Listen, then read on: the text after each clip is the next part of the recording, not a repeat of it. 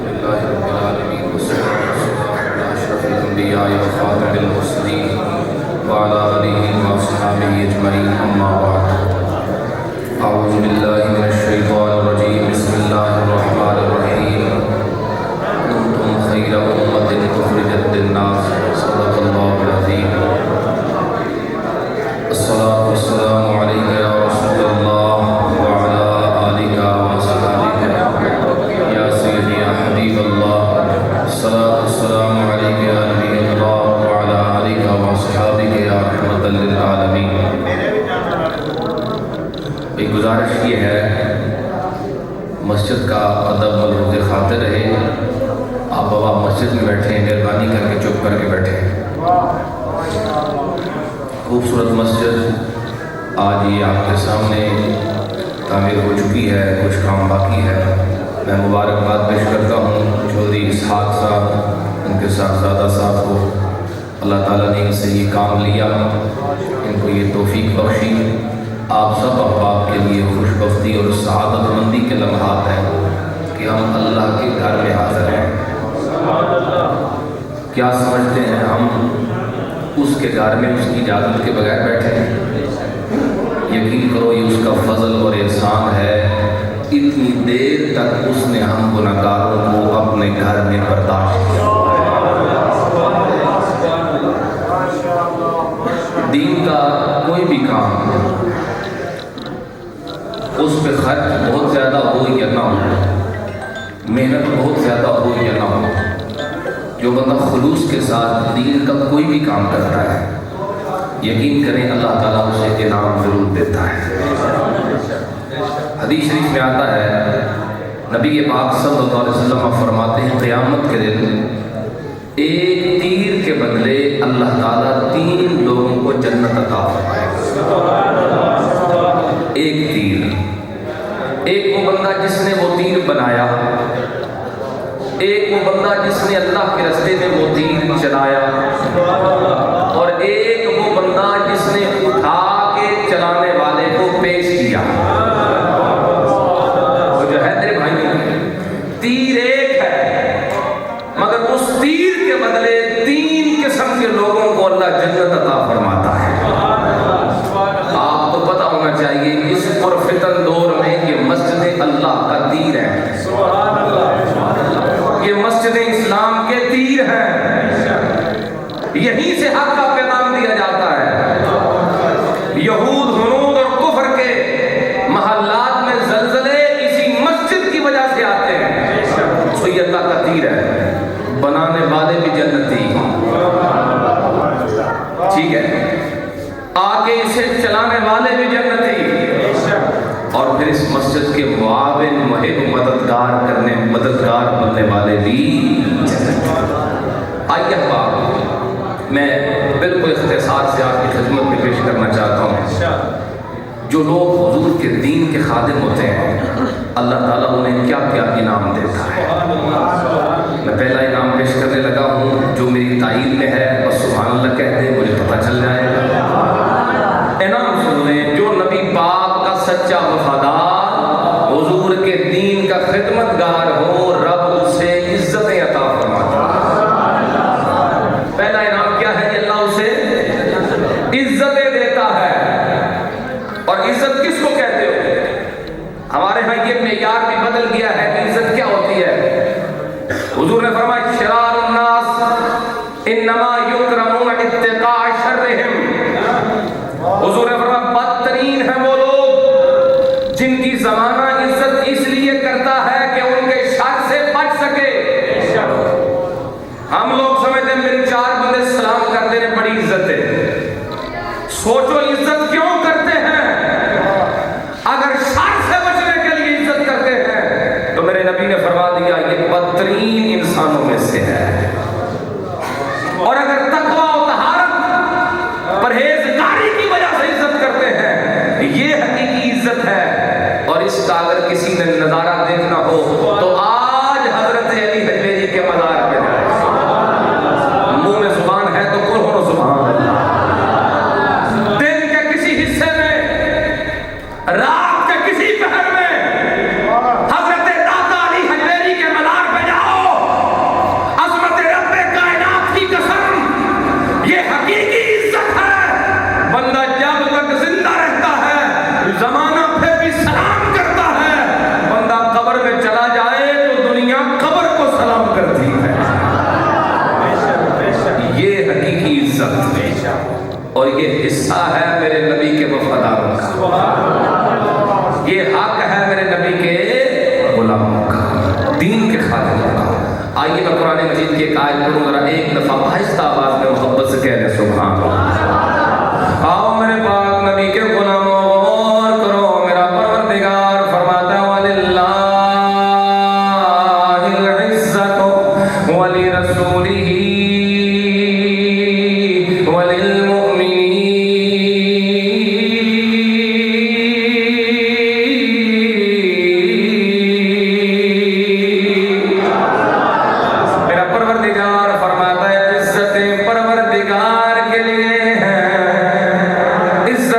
نبیوں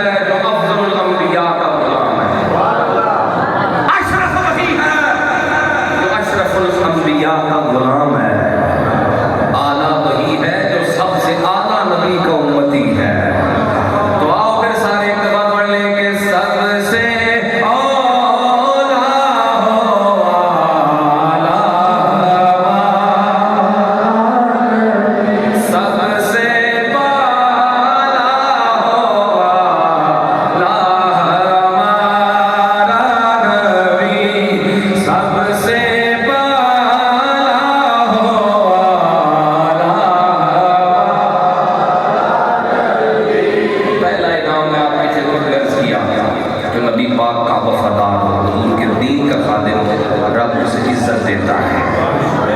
یقین نہ آئے تو دیکھ لو حضرت خادم کے مزار کو، اس سے بات جاری ہے نا، دیکھ لو صدیاں گزر گئی، لوگ اس کوشش میں ہوتے ہیں کسی طرح رش پڑے جنازے میں کھلے کھلے کھلو جی میں صف آباد جا، سمجھ رہے ہو؟ ایسی تاک سفر پوری کرو جی پیچھا ہو جاؤ، سادہ تو ہٹ جاؤ، پیچھے ہو جاؤ، آکھے جاتا ہے لوگ کوشش کرتے ہیں رش بدے، اتنے جگہ ہی نہیں ملتی۔ اللہ کی عزت کی قسم کوئی طاقت نہیں ہے پیچھے، صرف نبی پاک کی خدمت اور وفاداری ہے۔ آئیے میں دوسرا انعام آپ کی خدمت درج کروں، توجہ ہے نا، جو نبی پاک کا وفادار ہوتا ہے اس کا دوسرا انعام، اور کیا انعام ہے، اور میں چاہتا ہوں سب جوانوں کی زبانوں پہ سبحان اللہ آئے اس پہ، سن لیں پہلے سن لیں، جو نبی پاک کا وفادار ہو، حضور کے دین کی خاطر کچھ قربانی پیش کرے، یقین کرو میرے نبی خود بھی اس سے پیار کرتے ہیں، حضور کا پیار ملتا ہے اسے۔ نام ہے صحابی رسول کا حضرت عثمان ابن مظعون رضی اللہ تعالیٰ عنہ، بس بات مکمل کر رہا ہوں۔ حضرت عثمان ابن مظعون رضی اللہ تعالیٰ عنہ، نبی پاک صلی اللہ علیہ وسلم نے اعلان نبوت فرمایا تو کلمہ پڑھا، ایک بہت بڑھ چپ کر دو یار، مہربانی یہ گلا باتہ چھڑ دو تھوڑی دیر سے، دو ترے گلا کرنی ہے سن لو۔ حضرت عثمان ابن مظعون رضی اللہ تعالیٰ عنہ ولید ابن مغیرہ ایک بہت بڑا کافر تھا، سردار تھا، اس کی امان میں تھے۔ اور کافر حضرت عمار کو گاڑا نہیں کرتے سن سے مار دیتے سن، حضرت بلال کو گاڑا نہیں کرتے سن مار دیتے سن، لیکن کوئی بندہ حضرت عثمان ابن مظعون کو نہ گاڑا کرتا سن نہ مارتا سن، وجہ کہ ایک بڑے کافر سردار کی امان میں گھسا۔ ایک دن دل سے خیال آیا کہ نبی پاک نے نام تے اسلام دی تابع فرمانی دے وچ میرے ویر عمار تے بلال تے مارا کھانا تے میں سکون نال گھر بیٹھا ہوا یہ مینوں وارے چ ولید ابن مغیرہ دے کول جا کے کہندے نے اج تو بعد میں تیری امان وچ کوئی نہیں۔ انہوں نے کہا سوچ لے یہ انجام بہت برا، بالکل سوچ لے۔ انہیں کہا چل پھر حرم میں جا کے اعلان کر، جی میں اعلان کیتا سی وہ تو اعلان کر، سارے کافر سردار کے سامنے گل کر کہ تو میری امانش کوئی نہیں، تے پھر اس حکم تے عمل ہو جائے گا۔ توجہ ہے میرے بھائی، آؤ میرے باپ نبی کے غلاموں غور کرو، حضرت عثمان ابن مظعون رضی اللہ تعالیٰ عنہ حرم شریف میں موجود ہے، سب کافر جمع کر لیے گئے، آپ نے اعلان فرمایا او مکے کے سرداروں سنو سنو، آج کے بعد ولید ابن مغیرہ کی امان میں نہیں ہوں۔ اس نے کہا اے عثمان ایک بار پھر غور کرو، پھر سوچ لو۔ آپ نے فرمایا سوچ کے بتاتا ہوں، لا ولکنی ارضی بجوار اللہ۔ اب عثمان کو کسی کافر سردار کی امان کی ضرورت نہیں، عثمان کے لیے پروردگار کی امان ہی کافی ہے۔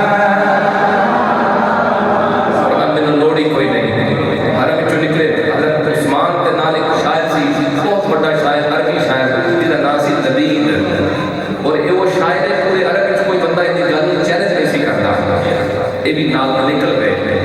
ہوں لبید نے ایک شعر پڑھیا، اس شعر وچ ایک لفظ ہے کل نعمت یزول، ہر نعمت ختم ہو جائے گی۔ حضرت عثمان نے فرمایا کذبت، تو جھوٹ بولے ہے، ہر نعمت ختم نہیں ہوئے گی۔ وَنَعِيمُ الْجَنَّةِ لَا يَزُولُ، اللہ نے نبی پاک نے غلاماں واسطے جڑی جنت بنائی ہے وہ جنت بھی ہمیشہ رہنی ہے، تو جنت دی نعمتاں بھی ہمیشہ رہنی ہے۔ جدوں انہوں جھوٹا آتے اور غصہ لگ گیا تو بڑی مجلس وچ سارے بندیاں دے سامنے انہوں نے جھوٹا کیا ہے، غصہ لڑائی شروع ہو گئی۔ ایک کافر نے حضرت عثمان ابن مظعون دی آنکھ دے اوپر کوئی شے پائی، آنکھ مبارک سوج گئی، سمجھ رہے ہو، آنکھ سوج گئی تے بند ہو گیا، نظر آنا بند ہو گیا۔ ہن ولید کولے کھلو کے تے مسکرا رہے سی تے کہنے لگا تینوں آکھیا سی سوچ لے، تینوں آکھیا سی سوچ لے، تو میری امان چ کسی دی ضرورت نہیں سی تیرے ال ویکھے بھی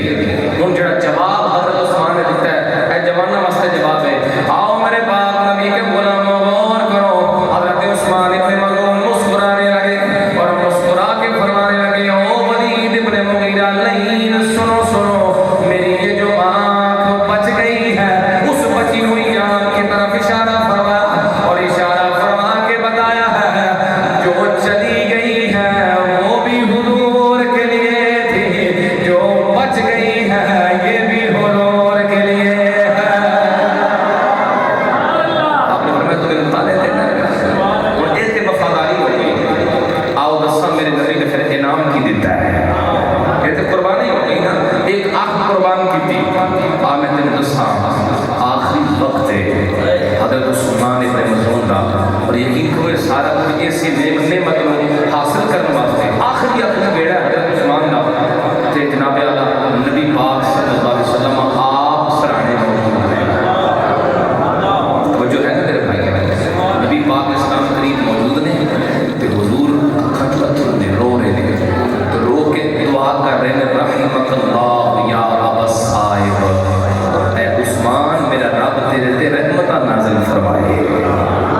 حضور دعا کر رہے ہیں اور جملے روایات موجود نے کتب سیرت میں، کتب اعلام میں، جب نبی پاک اسلام کی اکھاں جو ڈگتے سن تے وہ آنسو زمین تے نہیں سن ڈگتے، حضرت عثمان ابن مظعون دے چہرے تے ڈگتے سن، اور حضور رو رو کے حضرت عثمان واسطے دعا بھی کرتے سن تے جھک جھک کے حضرت عثمان کی پیشانی تے بوسے بھی دیتے سن۔ آؤ پھر میرے پاک نبی کے غلاموں، ہم بھی اپنی وفاداری کا اظہار کریں گے لفظوں کے ساتھ جو مسیح ملت نے فرمائے تھے کہ ایک میں ہی نہیں، اور بس مکمل کر رہا ہوں مل جاؤ، ایک میں ہی نہیں اور